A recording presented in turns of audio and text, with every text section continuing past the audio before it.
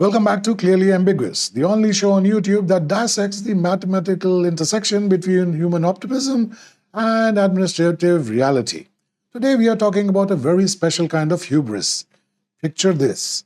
You go out, you decided to cause a little ruckus, a sprinkle of public disruption, maybe you overturn a trash can, lead a crowd through a barricade, or launch a live stream demanding immediate resignation of the city council. The police don't catch you on the spot. You jog down an alley, jump into an Uber, and go home and pour yourself a cup of tea. You look in the mirror and think, I did it. I am the revolution. I outran the long arm of the law. My friend, you didn't outrun the law. You just beat their traffic.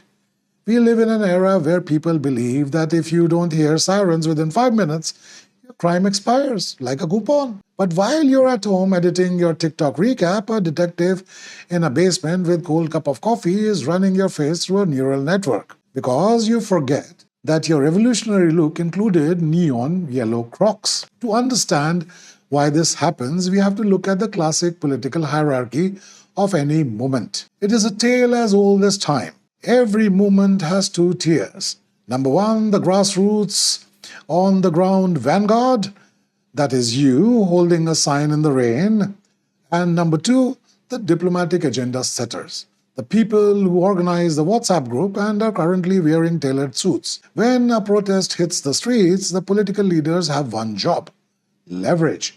They use the noise and the chaos as a bargaining chip at the grand table.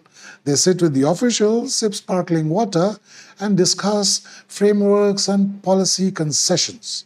And while those high-level discussions happen, guess what happens to the guy who threw a brick through a window? He doesn't get the seat at the table. He gets a court date on Tuesday at 8 a.m. When the dust settles, leaders shake hands and host a victory podcast. Meanwhile, the legal system, which operates at the speed of bureaucratic spite, is quietly reviewing 400 hours of footage to make sure every person who touched a barrier gets an indictment delivered to their door. Leaders negotiate agendas, followers collect misdemeanors. Now let's talk about the internet, because this is where the irony becomes magnificent. For the past decade, social media was hailed as an ultimate tool for citizen accountability. We film the authorities, we live stream the state, we will tweet our way to transparency, and that is true. Social media exposes things, but people forget.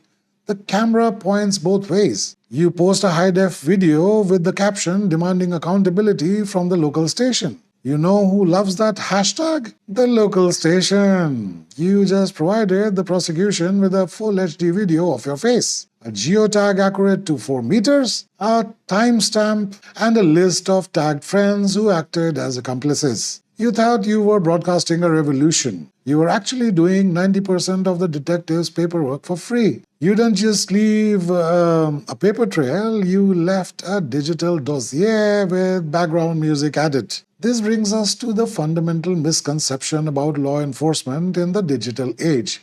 People think you can cancel a police station the same way you cancel an influencer who made a bad tweet 10 years ago.